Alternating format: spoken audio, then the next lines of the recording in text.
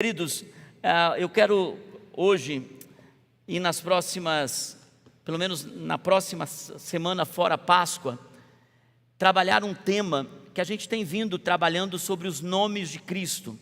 Nós falamos nas duas últimas semanas sobre Isaías capítulo 6, versículo 9, falando que um menino nos nasceu, um filho se nos deu, o governo está sobre os seus ombros, e ele foi chamado Deus maravilhoso conselheiro, Deus forte, Pai da eternidade, Príncipe da paz. E nós percorremos essas realidades espirituais nas últimas semanas. E a semana eu estava orando e eu senti que nós deveríamos nos aprofundar em algo que para muitas pessoas é um mistério. Deus na Bíblia se deixa revelar através de nomes em hebraico. E hoje na próxima semana pós-Páscoa nós vamos tratar desse tema. Nós vamos falar sobre os nomes de Deus e o que isso representa para nós e por que isso importa para nós. Na verdade, nós vamos conhecer aquele que nos conhece pelo nome. Deus nos conhece pelo nome, Ele sabe o nosso nome. E os nomes para Deus têm extrema importância. Inclusive na eternidade ele disse em Apocalipse que nós receberemos um novo nome. E tem uma curiosidade que ele diz: numa pedrinha branca você receberá um novo nome. Nomes são importantes. Na Bíblia, nomes carregam mais do que só a beleza de algo que está na moda. Na Bíblia, nome representa identidade. Na Bíblia, nome representa propósito, essência, caráter. Prova disso que o próprio Deus muda os nomes de alguns personagens. Sarai para Sara, Abrão para Abraão. Ele faz isso, mudando com o nome a história, o propósito, o caráter e a essência. Nomes são importantes. Queridos, quando a gente entende um pouco sobre isso, fica mais fácil da gente acessar lugares espirituais que Deus carrega em seus nomes, que muitas vezes a gente não acessa por falta de conhecimento, e a Bíblia diz que o meu povo perece por falta de conhecimento. Eu vou entrar com vocês sobre a importância dos nomes. Lá em casa nós temos dois filhos, o Mateus e o Murilo. Obviamente a gente escolheu os nomes deles com um propósito, mas na jornada, quando eles eram pequenos, a Naine começou a chamar o Mateus, que é um nome que ele não gosta de ser chamado publicamente, mas lá em casa ele é Teteso, e ele diz: pelo amor de Deus, não fala isso publicamente. Então nós vamos pagar essa parte da live, mas ele não gosta que seja falado fora, mas dentro de casa, ele tem 27 anos, ele se derrete, Teteso. Nos Estados Unidos agora, ele não é Mateus, ele é pastor Matt. Exibido pra caramba isso. Uma pessoa, 3 nomes que demonstram uma essência. Mateus, o nome dado com propósito. Teteso, a ideia de aproximação, uma coisa íntima que só a mãe pode fazer. O Murilo tem um nome que até os amigos chamam, porque a mãe dele começou a chamar ele de Lilo, Lilão. E lá em casa a gente só chama ele de Lilo. E os amigos também chamam ele de Lilo. É interessante que a Naine, o nome dela não é Naine. É engraçado que os pais brasileiros têm um hábito engraçado dele pegar o nome masculino, juntar com o feminino e sair Van de Erlersons. Já me lembro, sons. Eu não sei, é interessante. Existem cada nome de junção, metade do nome do pai, metade do nome da mãe, e tem um nome que daí a gente não tem coragem de pronunciar, alguém dá um apelido, um nome carinhoso. Então a Naine, pai dela se chama Luiz Mário, ele pegou então, pensou: Luiz Mário, Mari. Eu não sei quem ele conhecia que se chamava Elaine, então, que não é a mãe dela. Então eles decidiram juntar o nome Marilane.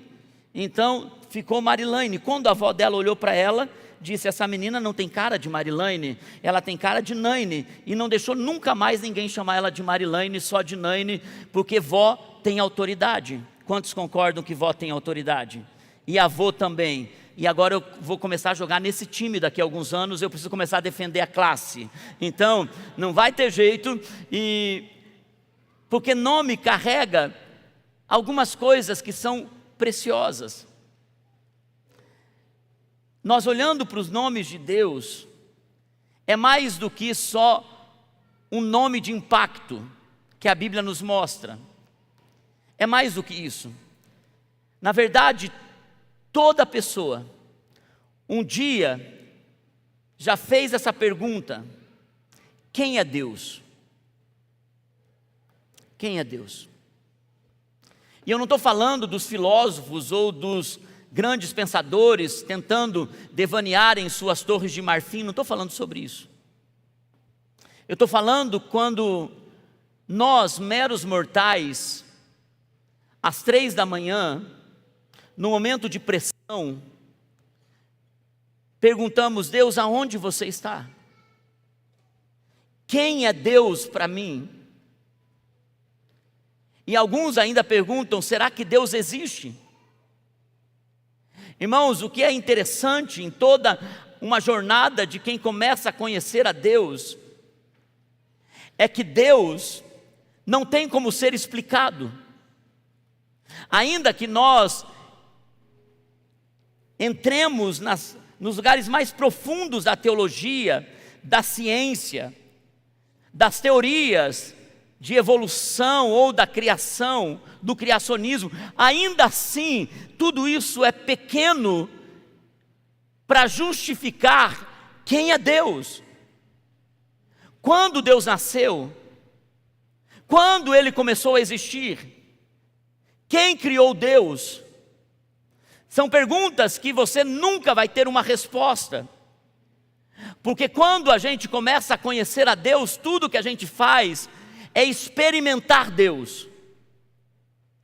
É saber que em um encontro com o eterno, em um encontro com o transcendente, algo acontece, um vazio que existia deixa de existir, o caos interno entra em ordem, os valores que são pautados na carta de amor dele se tornam vida para nós.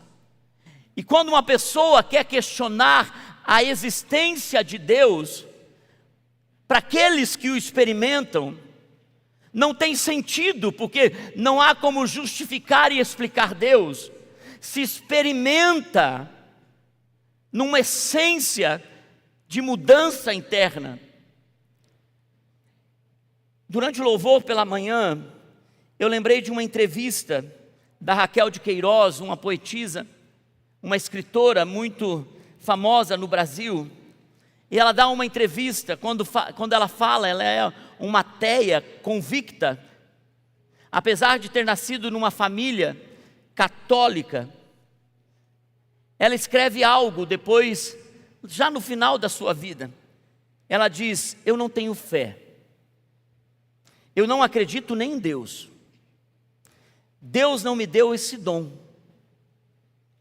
e eu acho que é um buraco na cabeça da gente, a falta de fé, porque na hora do desespero, de uma coisa, por exemplo, quando a minha filhinha estava morrendo, eu não tinha um nome a quem gritar, eu não tinha a quem pedir, eu só podia chorar. É muito ruim. Quem tem uma fezinha pequenininha, que possa cultivá-la. Faça tudo para a sua fezinha render, porque é um dos dons que mais auxilia a criatura humana a suportar a vida. Uma ateia, dizendo que é triste, no momento difícil, não ter um nome para quem gritar. É interessante que quando Moisés estava diante da sarça ardente no deserto, e Deus estava se revelando a ele, chamando ele para a sua missão. Moisés, cheio de inseguranças, ouve de Deus que a missão dele era libertar o seu povo do Egito. E ele faz uma pergunta para Deus. Ele diz: Deus, eu vou até eles e digo que o Deus dos seus antepassados me enviou até vocês, mas quem eu digo a eles que você é? E Deus poderia dizer para Moisés, dizendo: Moisés, vá a eles e diga que eu sou o libertador todo-poderoso, que tenho autoridade para fazê-los sair do Egito em segurança.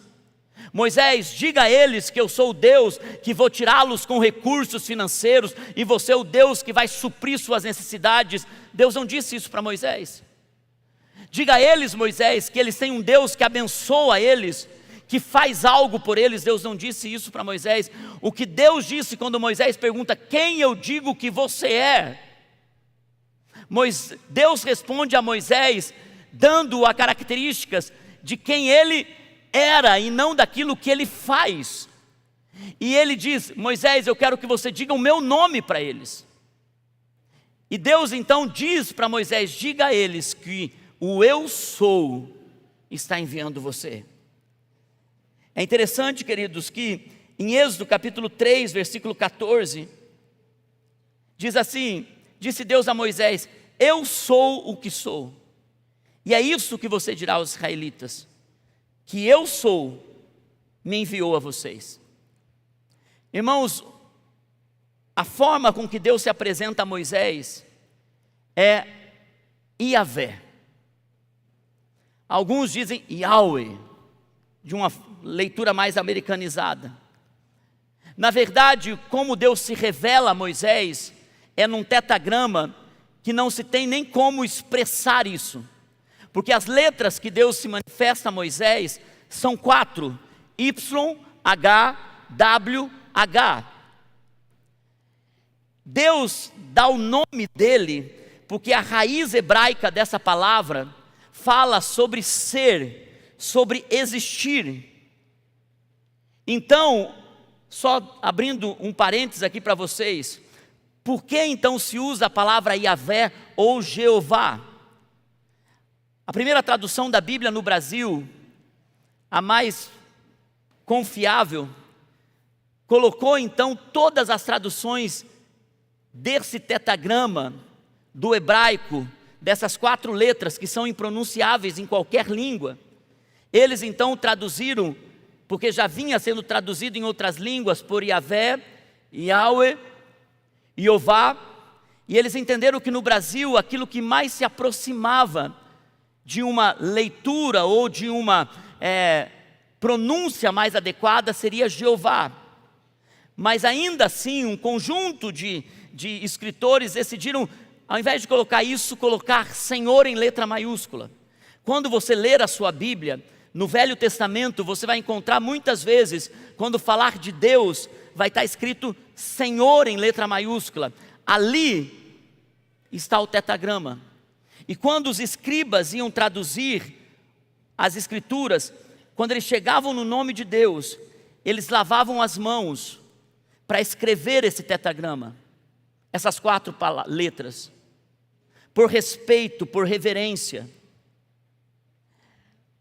Quando você vai em Israel, eles não usam, ao ler as escrituras, ao fazer as suas orações, eles não usam o nome do eu sou, eles não ousam pronunciar esse tetagrama. Então eles falam Adonai nas suas orações, que é um dos nomes que a gente vai falar hoje com vocês.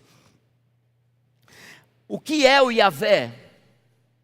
Quem é esse Yahvé? É esse ser eterno, é esse Deus que autoexiste, que não foi criado.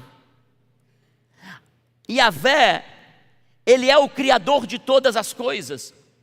Yahvé, o eu sou, está desde o princípio. Ele existe, ninguém o criou. Então Ele tem soberania, Ele tem autoridade, é o Deus do qual nós sabemos, Ele criou todas as coisas. e tudo a partir dele passou a existir. Nós servimos a um Deus que é tão real, que é tão vivo, que Ele não precisa provar que Ele é, porque para nós que o aceitamos como nosso Deus, nós o compreendemos na sua essência, no nosso espírito. É por isso que um homem que não conhece a Deus, ele não consegue explicar Deus, mas o homem que conhece a Deus, ele entende que esse Deus existe desde sempre. A palavra da linguística do hebraico, na sua essência diz: Ele era, Ele é e Ele sempre será. É um Deus que se faz presente em nossa vida, antes, durante e para sempre. É um Deus que construiu história para apagar seu passado, para estar com você no seu presente e para dizer para você no seu futuro que Ele sempre será para você um Deus presente, e que na eternidade não é o fim para você, que Ele é um Deus para sempre, Ele é eterno. Irmãos, isso é tão poderoso, porque Deus, Ele não precisa de causa, Ele é a própria causa. Irmãos, por isso que Jesus, séculos depois, disse algo que quebrou os fariseus, que fizeram os fariseus pegarem pedras para atacar no nosso Cristo. Porque Jesus, Ele disse algo em João 8, versículo 58, Ele disse: em verdade eu afirmo que antes de Abraão nascer, Yahvé, eu sou. Antes de Abraão nascer, eu sou. Isso fez com que eles ficassem enlouquecidos, porque Jesus estava dizendo: eu sou Deus, e estava antes de Abraão. Irmãos, nós vamos terminar no último dia desse ponto de falarmos sobre os nomes de Deus. Nós vamos falar o quanto Jesus tem o nome sobre todo nome. Deus deu a Jesus a autoridade de ter o nome sobre todo nome. Quando eu cheguei hoje pela manhã, depois de preparar essa palavra, e o louvor, e eu não sabia o que eles iam cantar, e eles começaram a cantar só sobre os nomes de Deus. Eles começaram a cantar o que nós vamos pregar hoje. Eles começaram a cantar dizendo: há algo em teu nome, há algo em teu nome, Jesus, tu és santo, Yahweh, yananana. Nós cantamos hoje, eu vou fazer audição para o louvor ainda. Yahweh, Yahvé, Jeová. E nós vamos então para o próximo nome de Deus, que alguns de vocês já cantaram, já leram, já ouviram. Elohim, que é esse Deus criador, que é essa majestade suprema, que é essa força. Irmãos, o que é interessante é que esse nome de Deus, Elohim, aparece em Gênesis 1, versículo 1, onde diz: no princípio Elohim criou os céus e a terra. Deixa esse versículo para mim um pouquinho. O que é interessante é que a palavra Elohim é uma palavra no plural em hebraico. Quer dizer que Deus tem a ver com deuses? Não, porque El é no singular, mas há uma essência do plural ali. Só que quando você vai para o próximo verbo, que é criar, está no singular. Então, como pode um Deus que é plural colocar de uma forma singular o criou? Queridos, aqui está uma essência poderosa para você poder entender, porque um cristão precisa ter teologia também. Nós acreditamos na Trindade. Elohim é Deus Pai, Deus Filho e Deus Espírito Santo. Não é uma questão de ter deuses, é uma questão de um só Deus. Deus Pai é Deus, Deus Filho, Cristo é Deus, Deus Espírito Santo é Deus. E eles estavam presentes na criação. Eu não coloquei esse versículo, mas eu acho que Gênesis capítulo 1, versículo 26, se você puder colocar para mim. Quando Deus estava criando todas as coisas da criação, mas quando Ele chegou na criação do homem, olha o que as Escrituras dizem. Ele diz: então disse Deus, façamos. Quem estava fazendo? Quem estava com Deus? Elohim é a presença de Deus Pai, Deus Filho e Deus Espírito Santo. Façamos o homem à nossa imagem, conforme a nossa semelhança. Irmãos, Jesus, quando Ele expressa quem Ele é, e João, ao falar de Cristo, ele diz: no princípio era a palavra, era Cristo, e a palavra estava com Deus, e a palavra era Deus. Jesus está desde o princípio, Jesus estava na criação, o Espírito estava na criação. É por isso que Cristo é eterno, antes de tudo existir, e será, quando tudo acabar, eternamente Deus. Então, o que nós vamos entender é que quando nós oramos a um Deus, Ele é um Deus que criou todas as coisas. Ele é Yahvé, Ele é, na sua essência, Elohim. Vocês entenderam que eu tenho um filho que tem um nome dado por registro, um nome que a gente chama ele com carinho, e um nome que resolveram dar para ele, para representar quem ele é numa outra nação. Da mesma forma, mas é o mesmo Mateus. Tudo que nós estamos falando é um Deus que tem várias facetas. E se a gente acessa essas realidades que Deus é o mesmo Deus que você vai ver na sequência se revelando de forma poderosa, segundo a necessidade de cada um e na hora específica de cada um. E quando a igreja entende isso, ela vai entrar num lugar espiritual para acessar realidades espirituais em Deus que ela não acessava antes. Irmãos, nós não estamos vivendo um evangelho de frequentar culto e receber só palavra de fé. A gente precisa entender o Deus a quem nós servimos. E porque as Escrituras deram a Ele vários nomes em hebraico para representar várias partes do seu caráter, da sua essência, do seu propósito. Porque tudo que Deus é, está liberado para que eu e você possamos acessar em poder. E é por isso que a raiz Elohim está ligado a essa palavra El. Eu falei semana passada para vocês, tudo que tem El fala sobre poder, sobre força, sobre Deus. Queridos, ao entender isso, nós olhamos para um Deus que criou todas as coisas. Ele continua criando, porque Ele é Yahvé. Ele continua sendo e será. Se Ele criou, Ele continua criando e vai continuar criando. E Ele tem algo para criar na sua vida, nessa estação que você precisa de Elohim para a sua história. A outra maneira de Deus se revelar, Adonai. Você vai cantar hoje no final desse culto. E você já cantou quantas vezes na sua vida espiritual isso? Yahvé, Rafa, Elohim, Shaddai, Jireh, Adonai se manifestará. Eu estou cantando demais hoje. Meu Deus. Enquanto Yahvé revela quem Deus é, Adonai é uma expressão de posicionamento. A palavra Adonai revela a posição do Senhor. Adon significa Senhor e Mestre. Aquele que está sentado em um trono. Aquele que governa sobre tudo e sobre todos.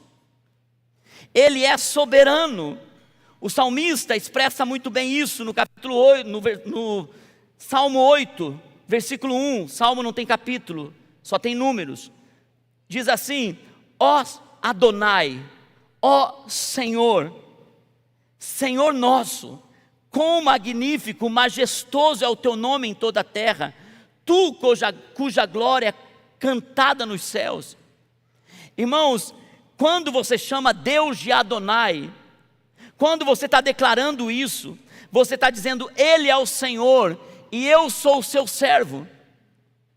Ele governa sobre tudo na minha vida. Não é como um Deus tirano que quer que você obedeça a Ele. É ao contrário. É a criatura dizendo que não pode fazer nada sem o Criador. É quando você entende que você não é dono de nada. É quando você entende que a tua carne é fraca. É quando você entende que você é limitado, que nem a vida está nas tuas mãos. Quanto mais uma porta, quanto mais uma possibilidade, quanto mais abertura de um sonho, nada você pode estar sob o controle, porque Ele é soberano sobre tudo. Adonai. E é nesse lugar que nós dizemos: Deus, Tu és soberano sobre tudo. O Senhor governa e eu sou apenas Teu servo. Irmãos, quantos estão vivendo debaixo de tanta ansiedade? Estão debaixo do controle do medo, porque eles assumiram a soberania sobre a sua vida. Eles não confiam que Deus está ali dizendo: eu cuido de todas as coisas, eu sou o Senhor de todas as coisas. Quando nós transferimos o nosso trono para Deus, e nós deixamos de nos assentar no trono de governo da nossa vida, e nós dizemos: não, Deus, até agora eu estive no controle. Adonai é soberano sobre tudo. E você então vai ver que sair do controle é dar a Adonai, o soberano, que governa todas as coisas. Em algumas vezes, irmãos, tudo que nós precisamos fazer é orar: Adonai, eu saio do controle. Tu és o soberano.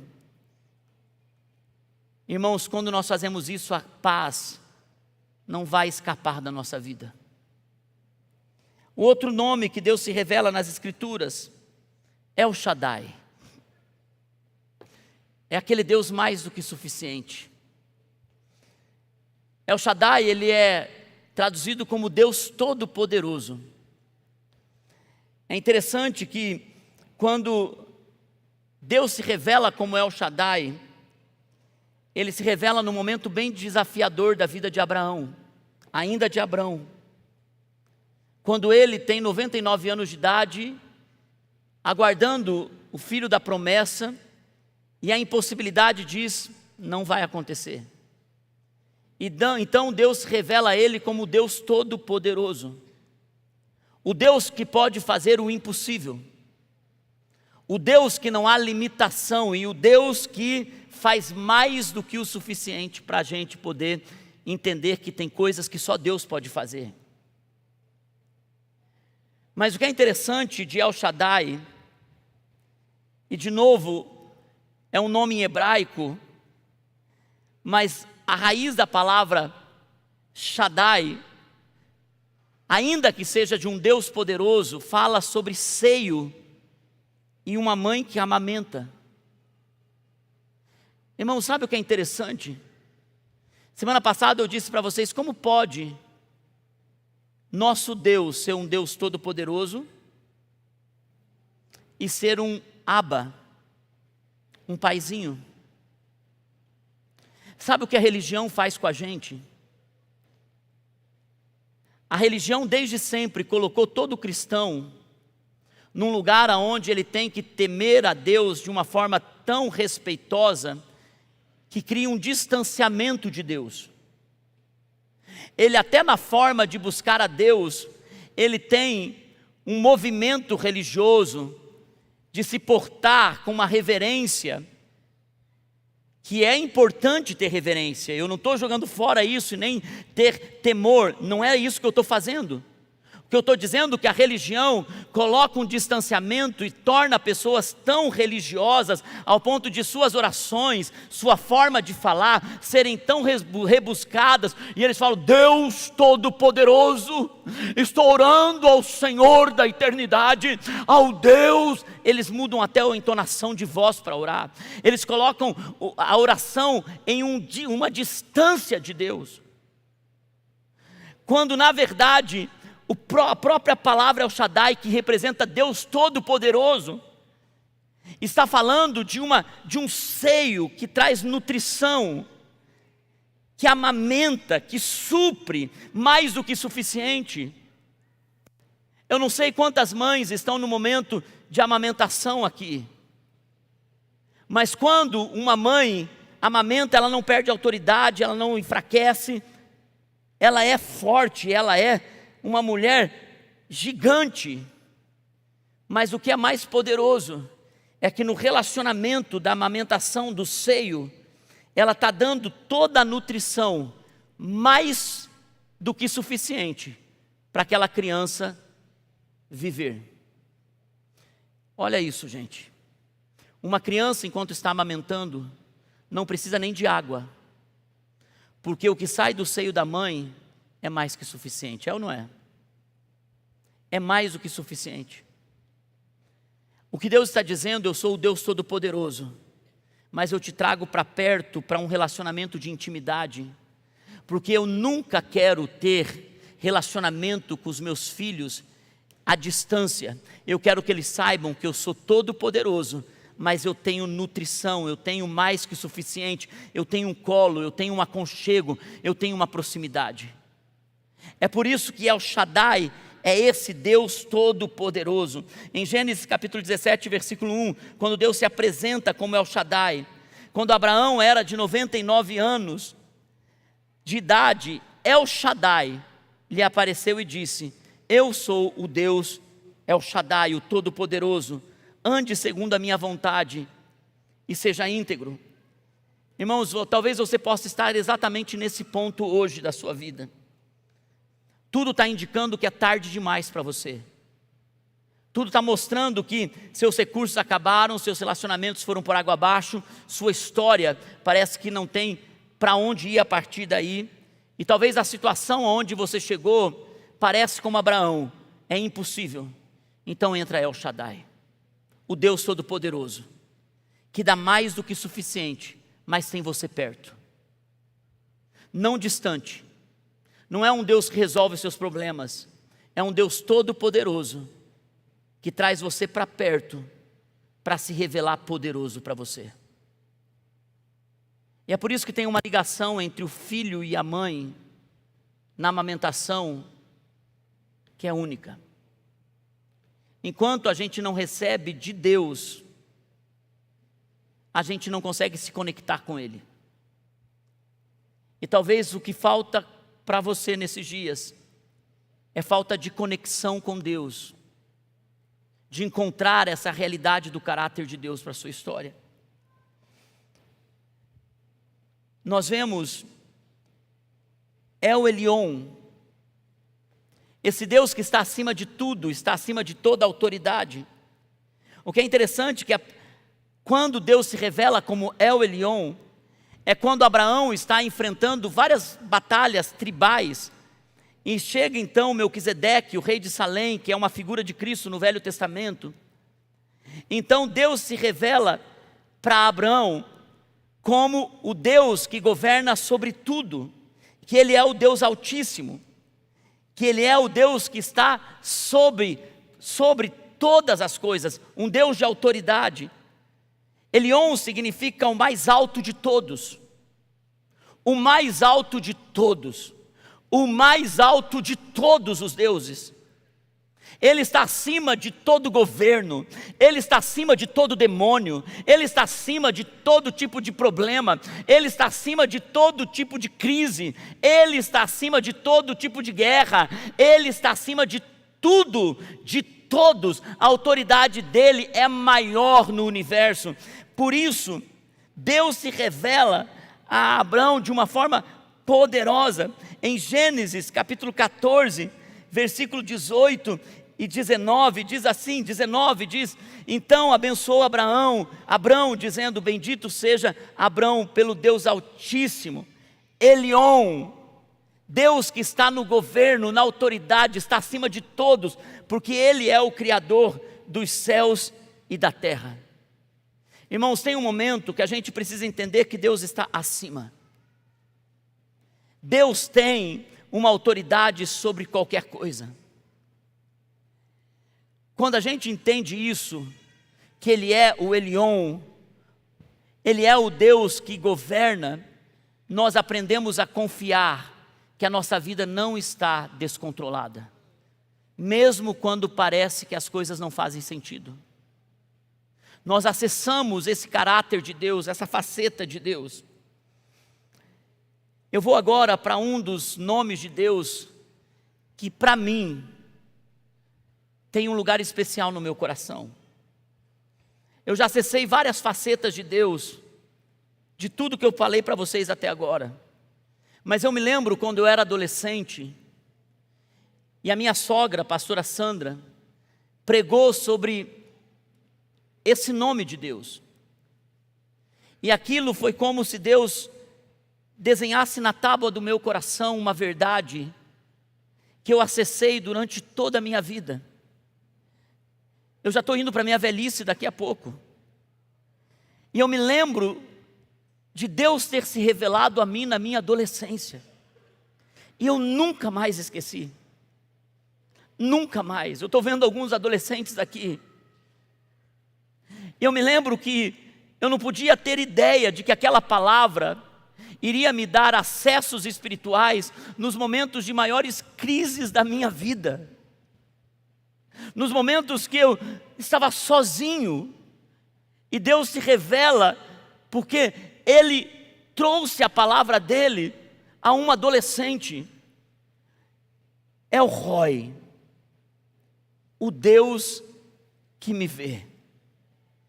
O Deus que ninguém é invisível a Ele. Todos os nomes de Deus, Deus se revela. El Roi é a única vez que um ser humano dá um nome a Deus. Nas Escrituras, é a única vez que um ser humano dá um nome a Deus. E a história é trágica. Toda vez que você chega nessa história, certamente você chora ou você fica com o coração apertado. Sabe por quê? Porque nós vemos Abrão, que Deus se apresentou a ele como El Shaddai, como Jireh, como Elohim. Esse homem que entendeu tantas facetas de Deus, mas não soube esperar no tempo de Deus. Irmãos, muitos de nós conhecemos a Deus. Muitos de nós andamos com Deus, mas não sabemos esperar o tempo de Deus. E quando você não espera o tempo de Deus, você pode colocar a sua mão na sua história e atrapalhar tudo. Abraão não conseguiu esperar o tempo de Deus, que era o tempo da promessa. O filho da promessa que viria dele e de Sara. Ele diz: está demorando demais, então eu vou pegar Agar, a serva egípcia, e vou ter relações com ela, e ela então me dará um filho. Mas não era isso que Deus queria. Ele atravessa o plano de Deus, mesmo conhecendo as facetas de Deus. Ele atravessa o plano de Deus. E quando ele atravessa os planos de Deus, ele coloca em risco a sua história, mas ele coloca em lugar de vulnerabilidade uma serva e o seu próprio filho Ismael. O que acontece? Agar engravida, tem um filho, o filho nasce, só que Agar começa a ter problema com Sara, que era a esposa de Abraão, uma crise tremenda que você vai ler nas Escrituras, se você quiser procurar essa noite. Mas quando Agar chega no limite com Sara, Abraão manda ela embora, e Deus pede a Abraão que a envie, que a tire da sua tenda, do seu lugar, e afaste Agar da sua casa. É uma história muito triste, porque sai Agar com um menino e vai pelo deserto. E chega um momento que lhe falta água, chega um momento que lhe falta comida, então ela deixa o menino debaixo de uma árvore, ela deixa o menino um pouquinho mais à distância, porque ela não queria ver esse menino morrer. E então o que acontece? Agar se afasta para não ver o menino morrer, e de repente, nesse momento, Deus aparece para ela. E Deus diz a ela: Agar, o menino não vai morrer. Pelo contrário, esse menino será também um príncipe de príncipes. dele sairá uma geração. Eu tenho planos para esse menino também, então ele não vai morrer. Então a história, e eu abro um outro parênteses aqui, a história nos mostra que Ismael se torna um grande guerreiro, enriquece. Isaque, o filho de Abraão com Sara, também se torna um homem próspero, abençoado. Dali saem 2 povos. É bem provável que todos os árabes saem de Ismael, e os israelitas, então a descendência dos hebreus, saem de Isaque. E até hoje existe um conflito entre eles. E eu não vou entrar nesse assunto porque não é o tema dessa palavra. Voltando para Agar, quando Agar ouve de Deus isso, no meio do deserto, no momento que ela estava esperando o menino morrer, Deus aparece para ela e fala com ela. Então Agar, em Gênesis capítulo 16, versículo 13, diz assim: este foi o nome que ela deu ao Senhor, que lhe havia falado: tu és o Deus que me vê. Pois ela disse: teria eu visto aquele que me vê? Irmãos, a coisa mais linda dessa história é que Agar tinha pensado que tudo tinha terminado. E no meio do seu deserto, no meio do seu momento mais difícil, do quase fim, Deus se mostra a ela e ela diz: tu és o Deus que me vê. Eu não vi o Deus que me vê. Irmãos, tem momentos na nossa vida que parece que Deus desaparece. Tem momentos na nossa vida que a gente pergunta: onde está, Senhor? Tem momentos na nossa vida que os problemas, as pressões, as dores, a angústia, a depressão, a tristeza, os desafios, as impossibilidades, a frustração, parece que faz a gente não ver Deus. E Deus sempre se revela. Talvez essa noite é Deus dizendo para você que Ele te vê. Ele é o Deus que te vê, é o Roi, o Deus que te vê. Quantas vezes eu tive nas minhas orações, e eu estava orando, e eu dizia: Deus, tu és o Deus que me vê. Eu não fui esquecido pelo Senhor, eu não fui esquecido pelo Senhor. Irmãos, eu estava conversando com uma irmã que está há anos aqui nessa casa, perguntando como que está a irmã. Ela disse: pastor, está muito difícil, está desafiador, está uma batalha, está complicado, mas eu estou, pastor, diante do Deus que me vê. Como Agar, eu estou diante do Deus que me vê. Irmãos, tem momentos que a gente precisa acessar essa faceta de Deus, saber que Ele é um Deus que te vê. Outra faceta de Deus: Yahvé Jiré, Jeová Jiré. Esse é o Deus que Ele vê antes de você precisar. Na verdade, nós temos uma ideia de Jeová Jiré, Yahvé Jiré, como só o Deus provedor. E Ele, de fato, Ele é. Mas a essência da provisão é muito maior do que você orar ao Deus provedor que vai prover recursos. É mais do que isso. É o Deus que sabe o que você precisa antes de você precisar. Antes de você entender que você vai precisar dele, Ele já proveu para você. Como assim, pastor? Vamos entender aonde Deus aparece como Deus Jeová Jiré, o Deus provedor. Deus dá um filho a Abraão. Por isso que Abraão é chamado amigo de Deus, porque Deus se revelou a Abraão de várias formas. O que nós vemos em Abraão é Deus se revelando como um padrão que Ele quer que eu e você também o conheçamos, se nós queremos ser amigos de Deus, não apenas frequentadores de culto, amigos de Deus para toda uma vida,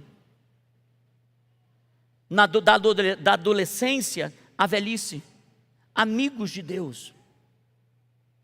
Quando Deus entrega a Abraão Isaque, em uma certa altura, da vida de Abraão e de Isaac, Deus pede algo a Abraão: me sacrifique o seu filho. Pode Deus pedir um sacrifício humano? Não, porque Deus não vai contra a sua palavra. E por que Deus pediu a Abraão? Porque Deus iria se revelar como Deus que iria prover, antes de Abraão saber que precisaria de provisão. Então Abraão, testado no seu coração, não entendendo o que Deus estava pedindo para ele, Deus disse: pega o menino e leve ele para o monte Sinai, Moriá, né? Leve ele ao monte, e ali você vai sacrificar esse menino a mim. Abraão não entendeu nada daquilo, ele só disse: se Deus me pediu, eu vou obedecer.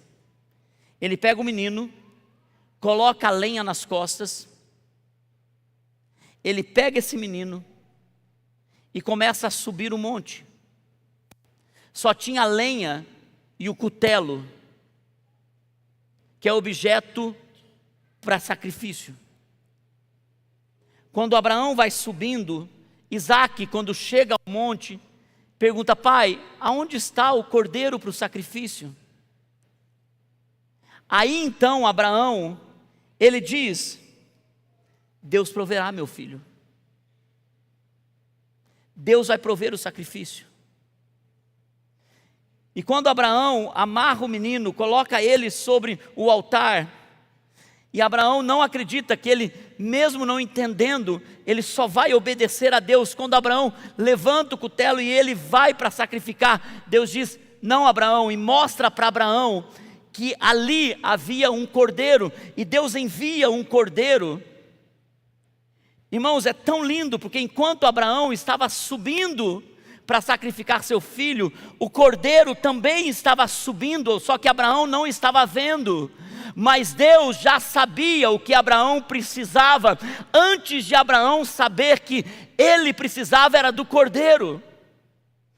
Mas ele precisava obedecer. Obedecer para ter a provisão, obedecer para ver Jeová Jirê, obedecer para experimentar Deus que vê antes de você precisar. E quando Abraão então olha, ele pega o cordeiro e ele sacrifica o cordeiro, Abraão diz algo em Gênesis 22:14. Chamou Abraão aquele lugar o nome de o Senhor proverá. Jeová Jirê, Yahvé Jirê. Por isso até hoje se diz: no monte do Senhor se proverá. Irmão, sabe quando nós experimentamos essa provisão de Deus? É quando a gente não está entendendo nada e a gente ainda assim está obedecendo. É quando a gente está sacrificando a nossa própria carne. É quando a gente não entende que a gente tem que subir um monte para sacrificar. Talvez sacrificar a tua agenda, talvez sacrificar seus planos, talvez sacrificar seus desejos, talvez sacrificar o seu passado, o seu jeito, eu não sei o que você tem que sacrificar. Mas enquanto você não sacrificar isso ao Senhor, você não vai ver o cordeiro como provisão para você. Você não vai olhar para o cordeiro como provisão para tudo que você precisa. E muitas vezes, escute isso, muitas vezes, Deus vai se revelar o Deus provedor para você no último segundo, no limite da sua fé, no limite da sua obediência. É quando parece que você diz: não, não vou resistir, não, chegou o fim, Deus, eu não acredito e eu estou só obedecendo. E Deus de repente envia o escape, Deus envia a provisão. E assim você vai poder dizer para toda a sua história: no monte do Senhor se proverá. E você vai poder dizer a respeito de Deus, do Deus que você serve: Deus nunca deixa o justo mendigar o pão. Deus nunca deixa um justo ficar caído, porque Ele sempre provê.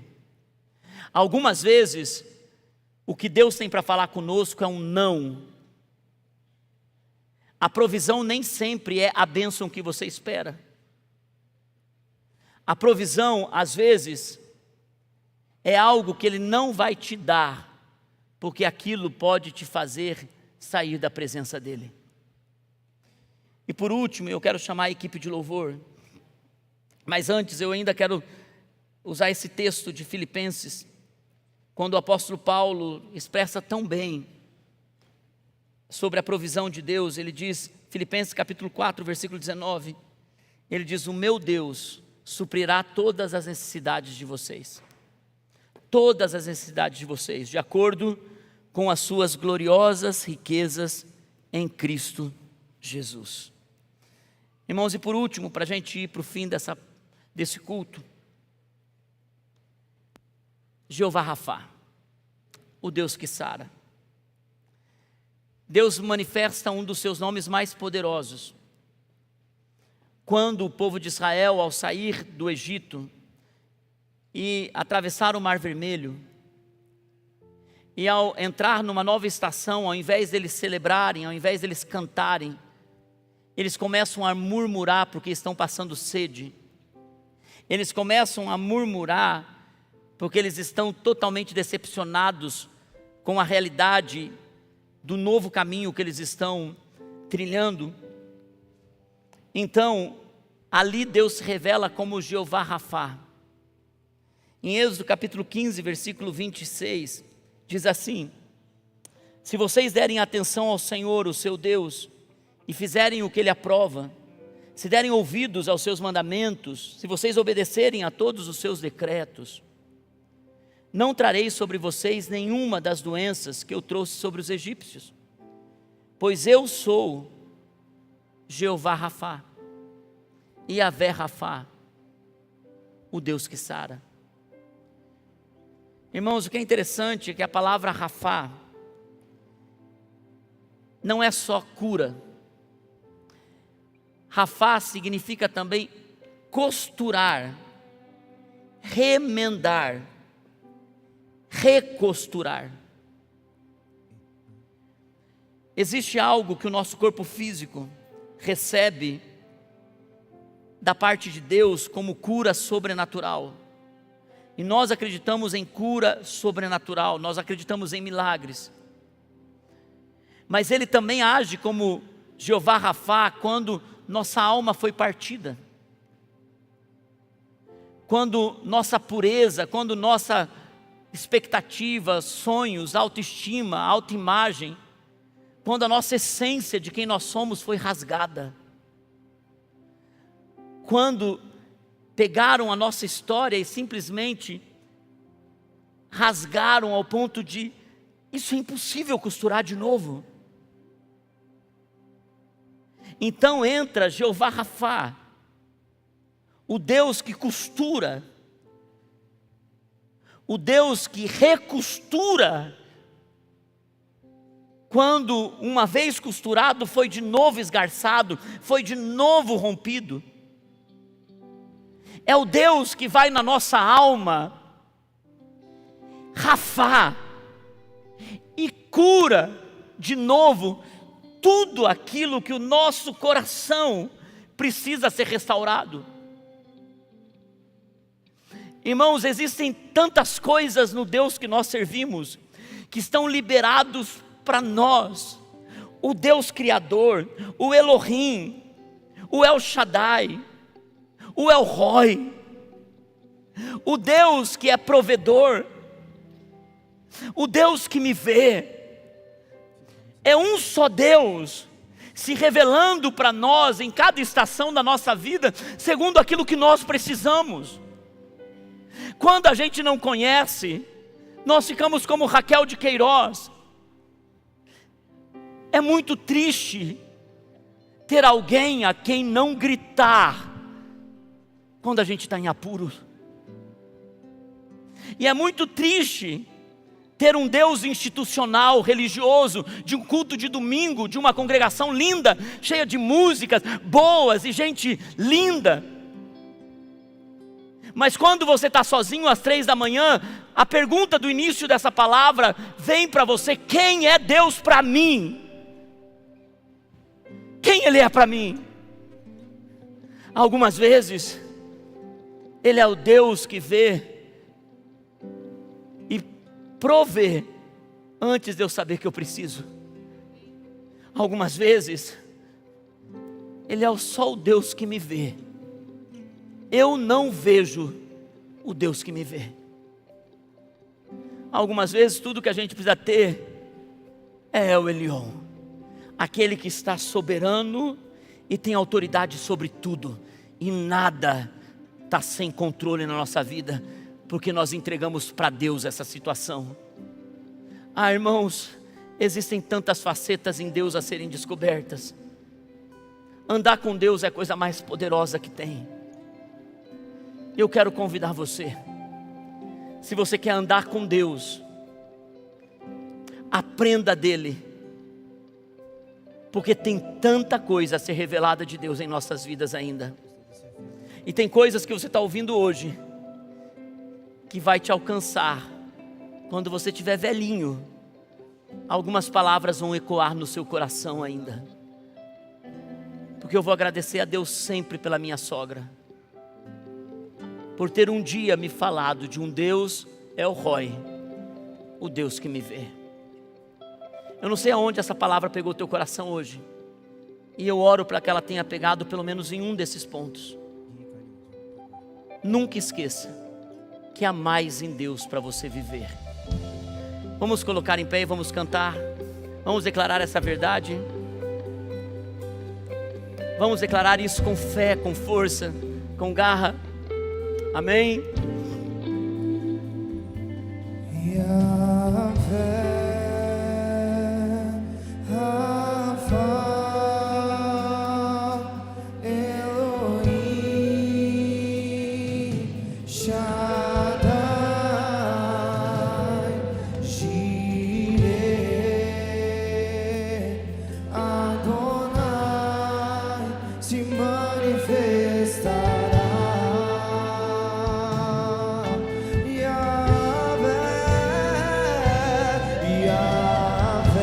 Levanta as suas mãos, levanta as suas mãos e declare, declare.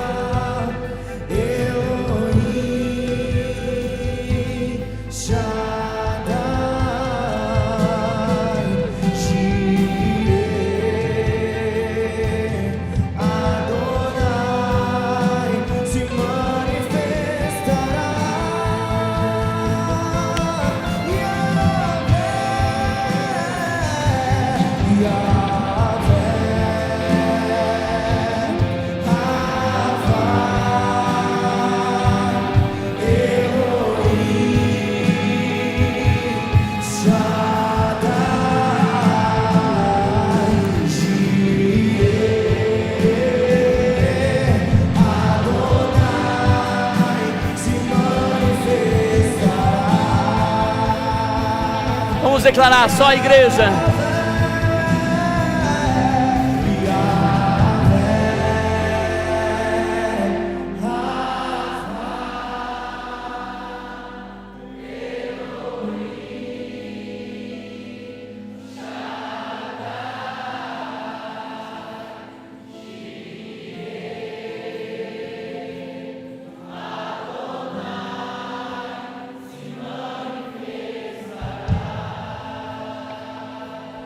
Coloca a mão no seu coração.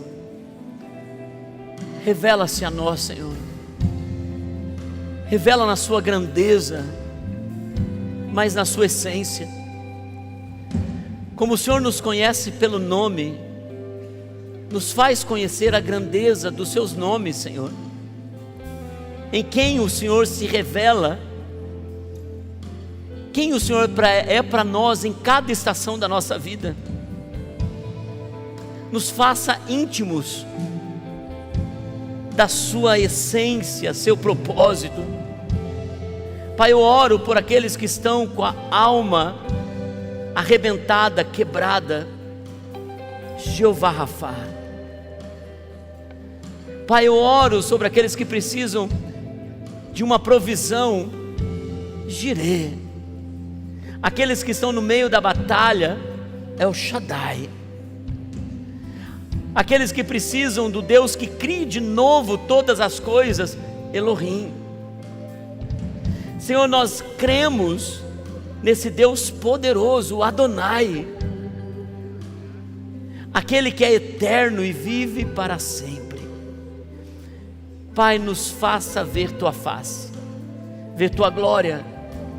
Eu oro para que meus irmãos sejam abençoados em tudo que eles fizerem e sejam supridos em todas as suas necessidades.